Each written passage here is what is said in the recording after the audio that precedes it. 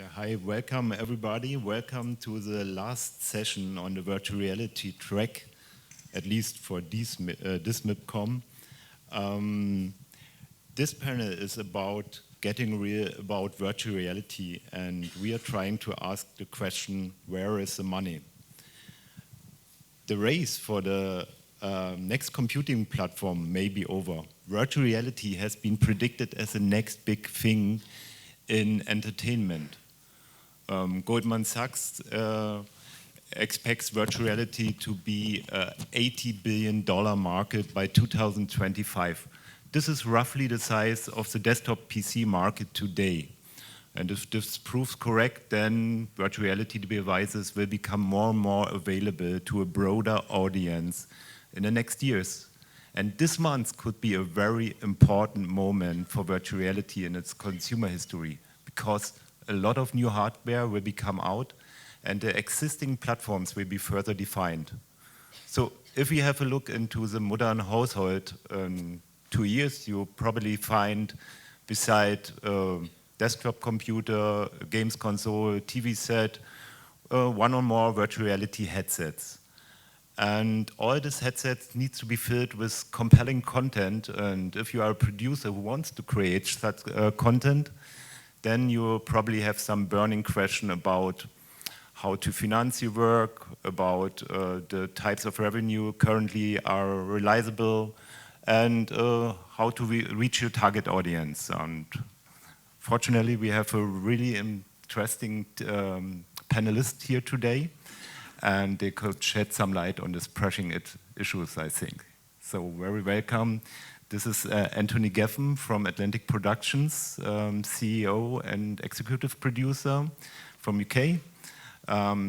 Welcome to James Millward. He is from The Secret Location from Canada, also executive producer and president. And last but not least, Kai Meseberg from ARTE, head of 360 VR from France, from the Central, right? That's okay. Right. Yeah. Okay. Anthony, let's just jump right into the conversation. You are creating, your primary business is factual productions. And now you're creating installation for museums, virtual reality installations. How did it come to that? Well, we have, Atlantic is made up of several different companies, all of which contribute, as it were, to the whole. So we have a 3D company with G.E.I.E, which is interestingly still making great films for IMAX. We have a company called Zoo, which does computer graphics. Okay. And for a long time, I've had a fascination in virtual reality, since 17 years ago when we first played around with it. And so we built a new company 2 years ago called Alchemy. And obviously, we needed to find ways to monetize it, and a lot of it was R&D for a long time. And our first path to monetization was to set up relationships with museums around the world and to take our different experiences. One was called First Life, both of them, in fact, with David Attenborough, which helps because I think he's a very strong narrative too. But these are proper films, about 25 minutes in length. And the second one was a dive in almost a perfect virtual reality setting, which is in a Triton submarine on the Great Barrier Reef. Yeah. And both of those have gone, as I say, into museums around the world. And people have loved them because the trouble with virtual reality, which headset do I get? Where do I get it? Yeah. People come to the theaters, they pay different amounts of money at different parts of the world, and they have a half-hour experience. Yeah. And the reaction to that's been interesting, and also it's given us a lot of data. I mean, hundreds of thousands of people have now been through different, and we know what they like and what they don't like now, I think, more than we certainly did before. So it's monetizing, and it's teaching us a lot. Yeah. But do you have to pre-finance the whole installation? We didn't pre-finance it. We brought the content. We then, in most of the instances, we actually partnered with Samsung as the technology partner. Okay. And then the museum also contributed to it. It was a sort of three-way relationship. But do you have some kind of licensing model for the revenues? Or? Oh, yes, we do. I mean, there's how does it work? It would be difficult to talk about, but we all share in it. And actually, we've done well in all this, and particularly well where we have a whole cinema in Australia turned over to us now for, I don't know, over a year, with many, many performances every day. right in the middle of the Australian Museum in Sydney, and that's worked fantastically well as a model. You know, it's very easy to book. You know, it's Ticketmaster. They've got the model right. But in Norway, we set up a different model. It's for 70 people, but it works because it's in the right location. But do you think there's a growing market for something like that? I think there could be a bigger market in it. And I think I thought it was going to come and go, but actually now I think there's a definite place for that kind of content inside institutions that people want to see, and it's not going to go away because I don't think we've got the perfect sets, and a lot of people are waiting, but they still want an experience. Does that make sense? Okay. James, what about you? You created also installation for with your company Secret Location, for example, for Insidious or for Sleepy Hollow. At Sleepy Hollow, who was the commissioner there? So, yeah, we started working virtual reality about 3 years ago. We got that dev kit from Kickstarter, from Palmer Luckey. We were one of the earlier people, so we got it shipped earlier, and started tinkering around, and then started working on a documentary with Columbia School of Journalism and Vice. That got put on pause because of some political issues, literal political issues, not internal political issues. Okay. And got an opportunity with Fox to do a virtual reality story around their show Sleepy Hollow for Comic-Con. And we were able to go down and shoot with their main lead actor and do it in a very novel way where we actually integrated that shot footage into a 3D environment, which had been one of the first times that had ever been done and the first time it had been done for a TV show. And the only way at that point in time to actually get it in front of anybody was to do it as an installation, because there literally weren't headsets around unless you were a developer and you could apply for a developer kit. This was pre-Gear VR, really Google Cardboard even. So those installations were a function of marketing, but they were also a function of extending story and testing the audience. And we were really fortunate that won the first Primetime Emmy awarded to a VR project, which obviously helped us to scale the business and the use case, and that led to working with Focus Features in the US on Insidious and Sony International, where we printed 225,000 Google Cardboards and shipped them around the world, and that Insidious installation moved to 10 cities around the US. Okay. In both of those instances, we didn't have audiences paying to enter. They were free experiences to promote a film or a TV show or the network or the novelty of innovation within those companies. But you know, I've been really impressed with Anthony's model and the type of content that suited to. We're now having the experience of, you know, being asked to do similar types of distribution models, but in China, around VR arcades that are popping up everywhere. And those are, you know, a core function of internet and gaming cafes that are so prolific and so institutionalized as part of the culture that they're now looking to bring VR into those and license content. And obviously, you know, South Korea and other territories that have a big culture around that, and even in North America, we're starting to see VR arcades pop up where they're looking to license content and rev share on the gameplay and the use of that content. So for us, it's been a progression from a location or installation base, but you know, we're also doing a lot of work where it's pay to play or selling to SVOD or doing commissions with people who, like Google or Samsung or Facebook, who are ultimately starting to pay for content as well. But back to Sleepy Hollow, did they cover all the costs in beforehand, in the front end? Yeah, so I mean, it's a service model at that point, right? The studio is paying for marketing execution, so they're paying full freight for it, because there's no afterlife for us. We don't own the content at that point. There's no distribution model. There's no ability to. So you cannot show it elsewhere. So like well, we can show it, but we can't monetize it. Where do you show it then?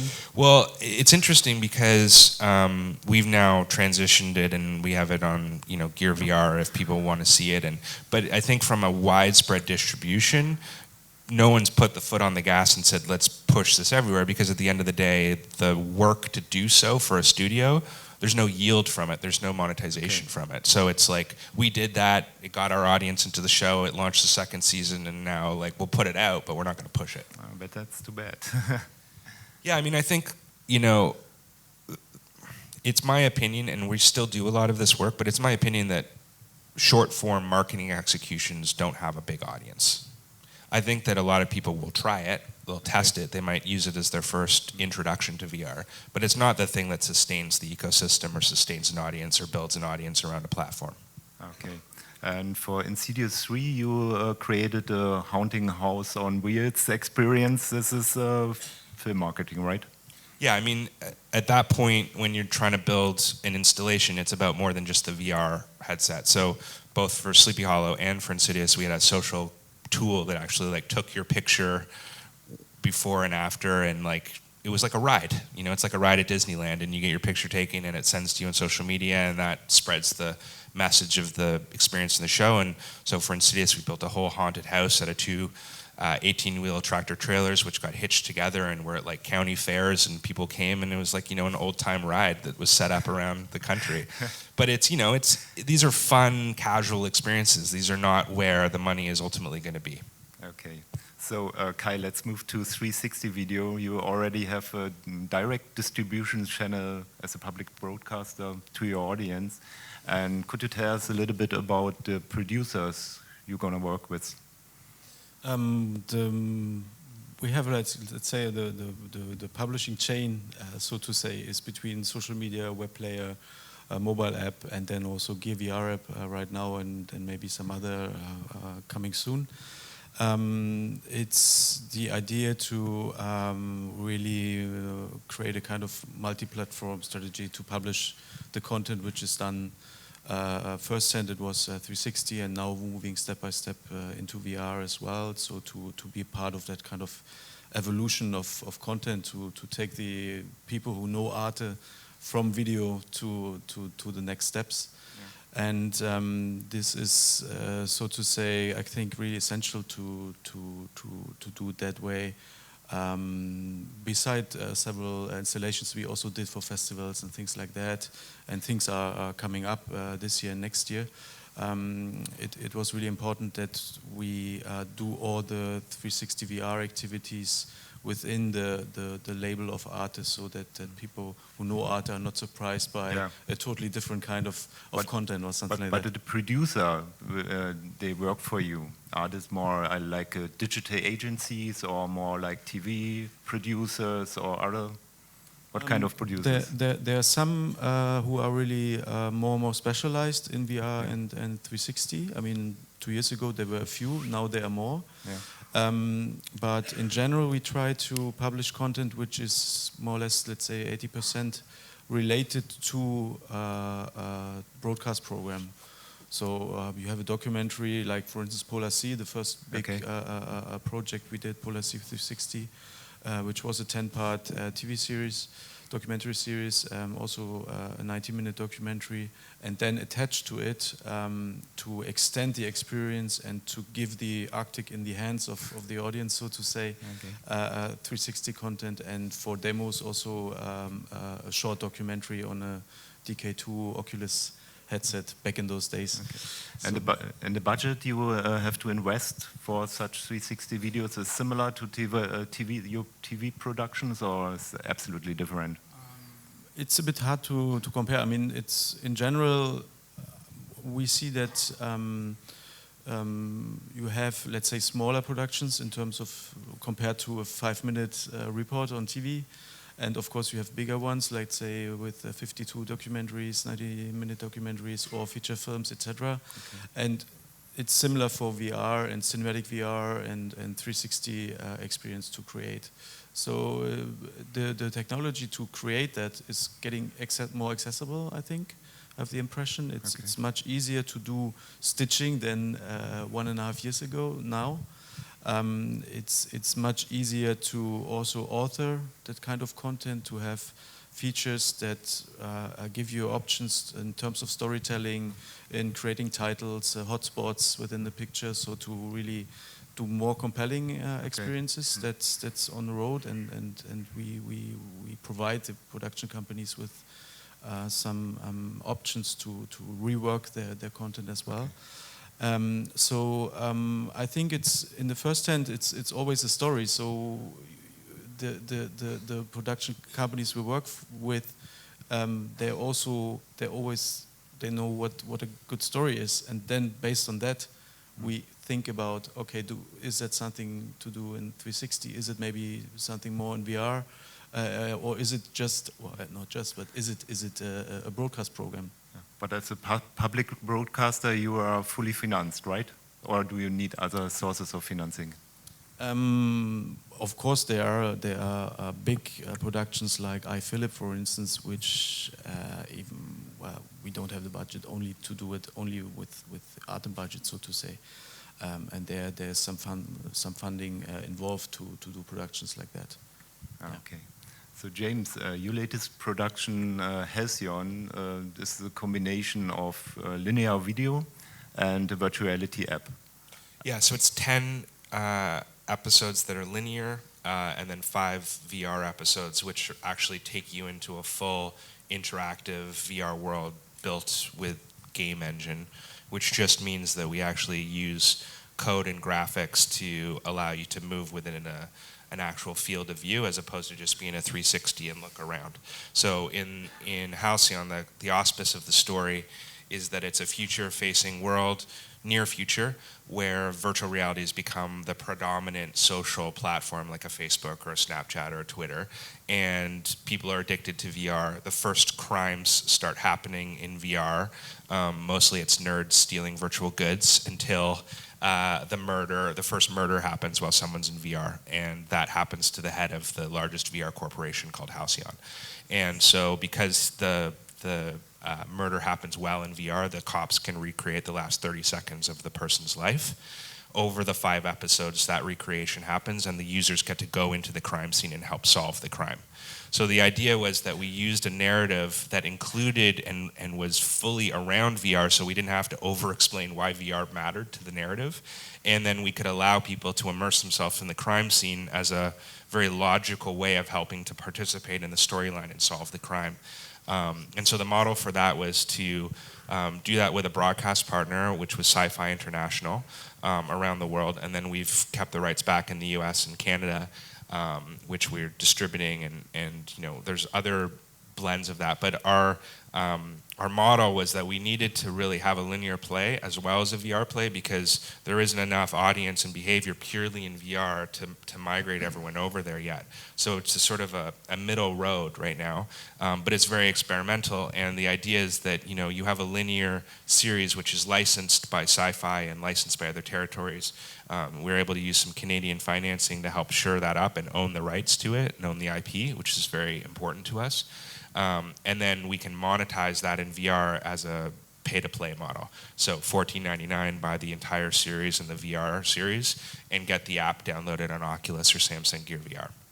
So, but this is a brand new story. So with Insidious or with Sleepy Hollow, you had a brand in your back, and now how to connect to the audience? So we're creating new IP, which is obviously a bigger uphill battle than adapting existing storyline or IP. But you know, the nature of having a partner like Sci-Fi and having a broadcast property is that gets out to the widest audience through that channel. And furthermore, we worked really closely with both Oculus and Samsung from the earliest point to be able to build it and develop it to lead with their technology so that they would promote it and push it in their app stores. And so we've been able to double up the promotion and marketing from Sci-Fi as a channel and the platforms that are digital in order to be able to amplify hopefully our audience perception of it. And do you see such platforms as a major channel in the future? Yeah, I mean, I think that at the end of the day, if you're trying to define who the broadcaster is in the future, you have to look at sort of 2 models right now, and there's 2 sets of people who are claiming they're the broadcaster. You have the App Store model, who are the platform manufacturers like an Oculus, a Samsung, an HTC, a PlayStation.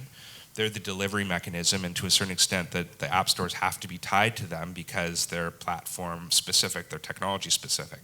And then you have a one-step back group of people like a Jaunt and a Within, who claim to be the broadcaster and are trying to act like a studio in that they will either give you an upfront MG or a fee or a payment to basically commission something, and then you distribute through them. The rub, of course, is that they then need to distribute through the end platform like Oculus or Samsung. And what gets confusing right now is who is taking the fees, and the truth is both. So in an app store model, you typically have the platform manufacturer taking 30%. Like in an Apple iOS, iTunes model, you have 30% being shaved off, right, for delivering through their platform.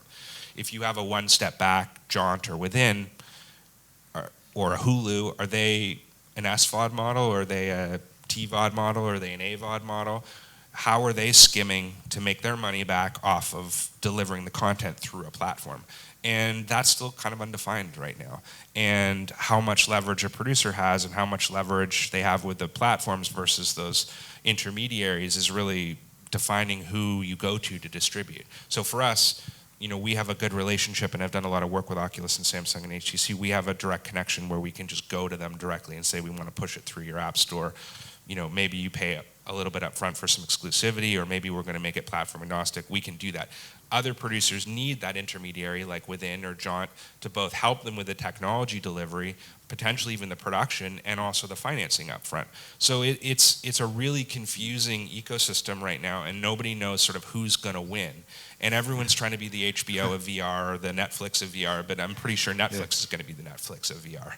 So the question becomes like, who's going to take the money out of that, and how do you finance it as a producer in the most conducive way to keep as much back as possible? So Anthony, what's your view on these app stores? Well, I think it's kind of the Wild West at the moment, really. And I have this sort of vision. I mean, we try and, like James, think wide and incubate ideas and push ideas forwards. And I hope that there's a shortage right now of really good VR. And I hope that by producing good VR gives one a bit more control, because all the people who are trying to sit in the middle don't have good VR. So the one way I think that everybody has to do it is to get out there and, it's easy to say, create really interesting and good VR, because actually they will then be masters of their own destiny a little bit more.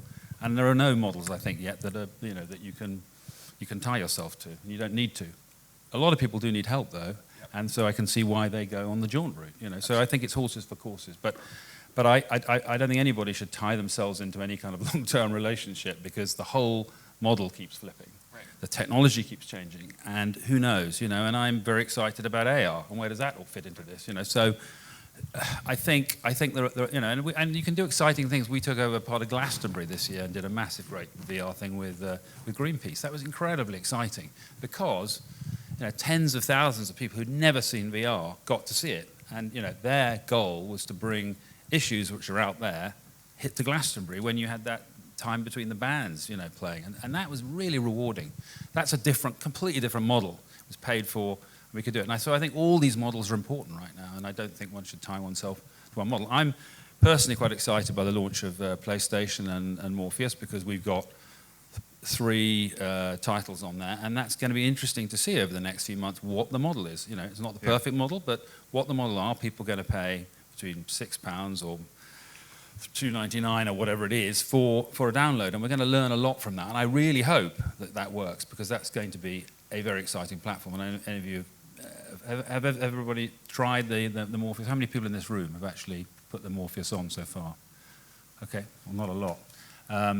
It's great for what it does, and very exciting. And it's exciting to produce for. And actually, the thing I found about Sony, which was really good, they were really tough on the deliverables. A lot of other sites just chuck things up, or for the sake of it go on and on about what it should be. But Sony were very impressive. They were very tough on sound, which most people aren't. They're very tough on picture quality, and that bodes well for their site. Yeah, it's my opinion that I think that where the intermediaries have the most amount of value is in either the tools, if you don't have that access, or in the curation and the voice that they own. Like, for instance, ARTE, like, I know why I'm going to watch stuff from ARTE, and it's a destination for me, so that enhances my ability to have users versus going in it independently. And I think that those distinct voices, just like I know when I turn to HBO on a Sunday night, or I know on a Friday night drop of Netflix, or I know on an Amazon, I start to understand where their aesthetic is, where their voice is, and what I'm going to and for why. And we're just starting to get to that point, and that will affect the value of the content within those ecosystems.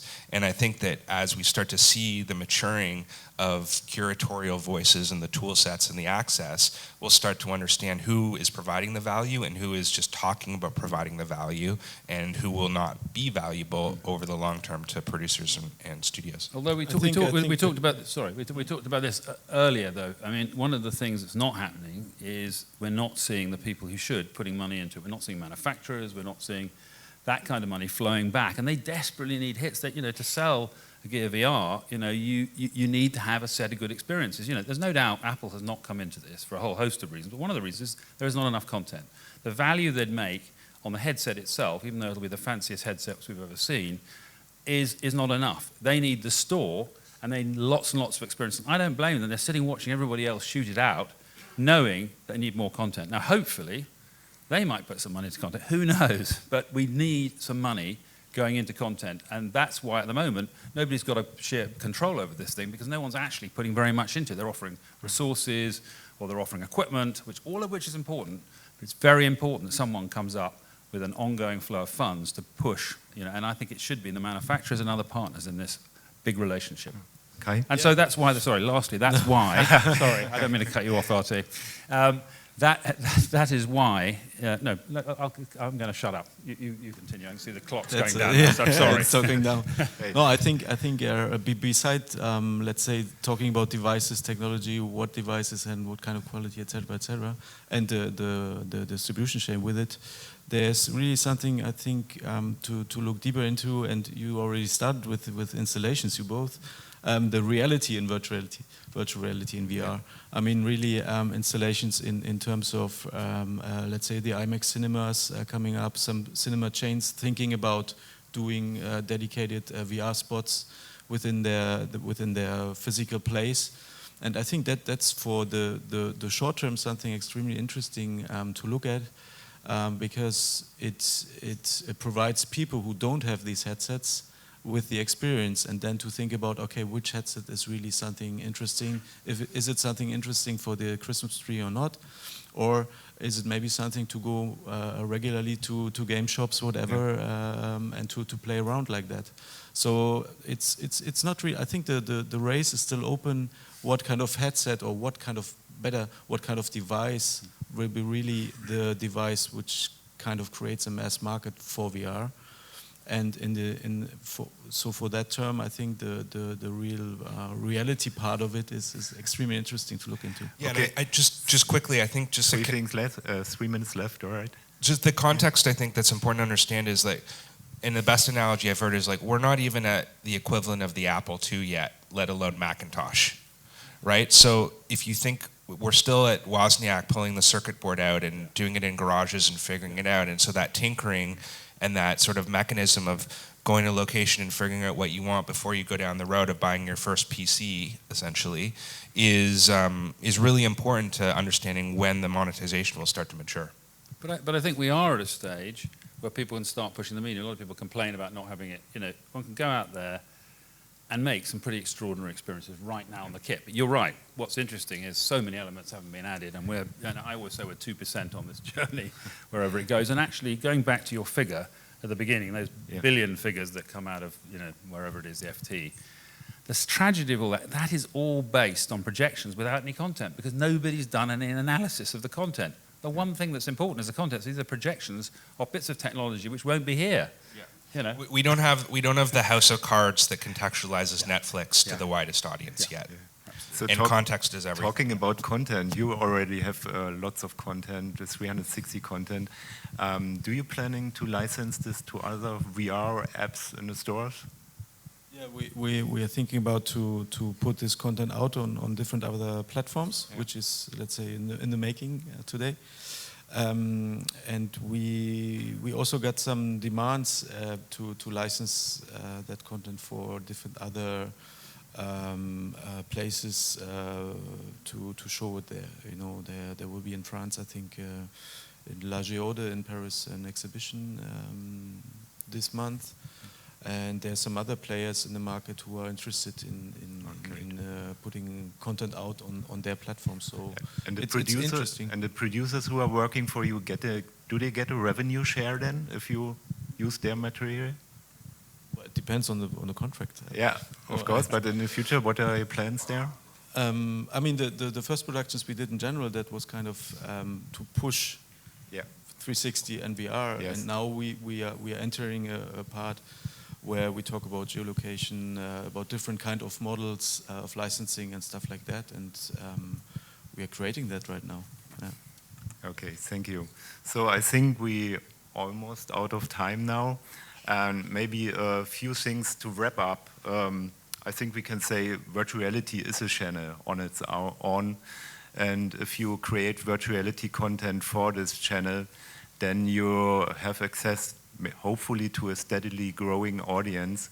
And there are some revenues in a business to business now, starting at 360 video, then at installations, marketing, brands. Yeah, and I would just say that, like, so Halcyon is starting to generate revenue. It's a slow burn, but we have a game on the HTC Vive. We wanted to make an interactive game just to see, because we think that's one of the earlier markets, and that's actually making real revenue. So there is money coming in, and people are paying, and it's not $199 like an Apple, iTunes, or Google Play. When you talk about an HTC Vive or an Oculus, you're seeing like $34.99. But you're talking about hours of playtime or repeatable experiences. Yeah. Short form 360 video is got a smaller model, but has probably got an easier licensing model right now than a pay-to-play, because people need content. But in a long-term model where you have a pay-to-play or an SVOD model where constant content is being pumped out, you're going to see a higher price point, at least at a $7.99 a month or more, commensurate with what you're seeing for broadcast quality content, and up towards a console gaming price for real long-term engagement. I think things have moved, haven't they? We sat here 2 years ago, you reminded me, and think of where we were then, and think of where we've got to now. And I have no doubt that's going to speed up, and I think when we're sitting here this time next year, there will be a massive change. Absolutely. That's what's exciting about it. And it's moving fast, even though we're on the very beginning of this journey.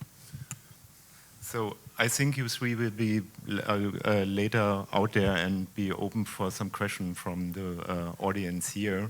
And on the other hand, I would say just go out and experience the wonderful experience, it's a virtual reality experience for yourself that Kai, James and Anthony and their teams has created. And I wish you a nice time here at MIPCOM, and thank you very much. Bye-bye. Thank you.